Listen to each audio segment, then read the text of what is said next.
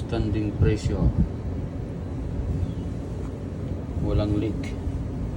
Hindi lumalabas ang leak sa standing pressure. Yan, wala. Nandito yung langis. Ibig sabihin, nandito yung leak. Nandito yung langis kanina. Ang dami. Papataasin ko yung karga. Standing pressure. Yan. Para makita ang leak sa standing pressure. Pataasin ko yung pressure. Pinandar ko siya para tumaas yung pressure sa discharge. Buti natin yung 300 plus yung running pressure ng portion A. Pinandar siya. Pinandar ko siya ng manual.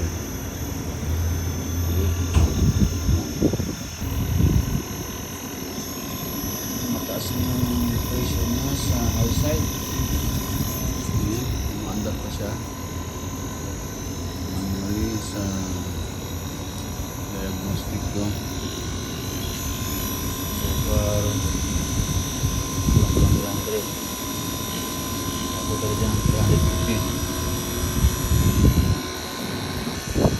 ayan yung turbo na turbo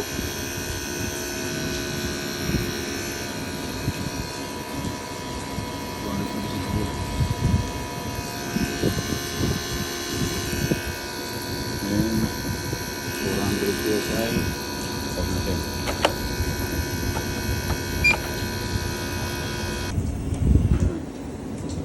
Off na. Yan, so 425 PSI. Tick na natin ngayon.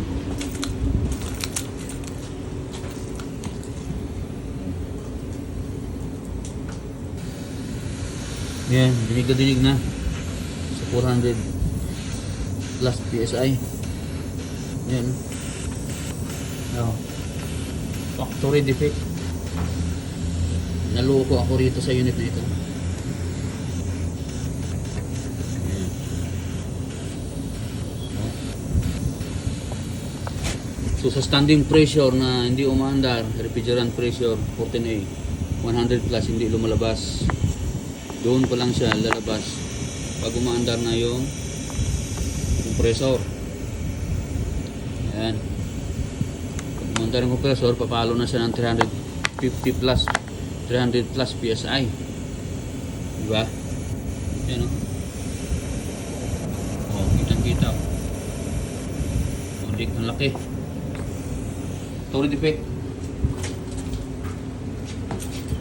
Ito namin, kita namin. Galing na. 2-3 na ito. Maghihingan ka pa niyan. Gabi na, sigurado. Kaya pala yung mga taga siya, nag-aapit agad. Ay lumabas sa standing pressure lang. Pag umantar na, tsaka pa lang lalabas. Ayan.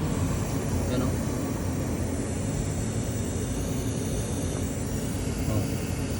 Ayan o. Ang laki o. Sus Maria. Story defect. Okay.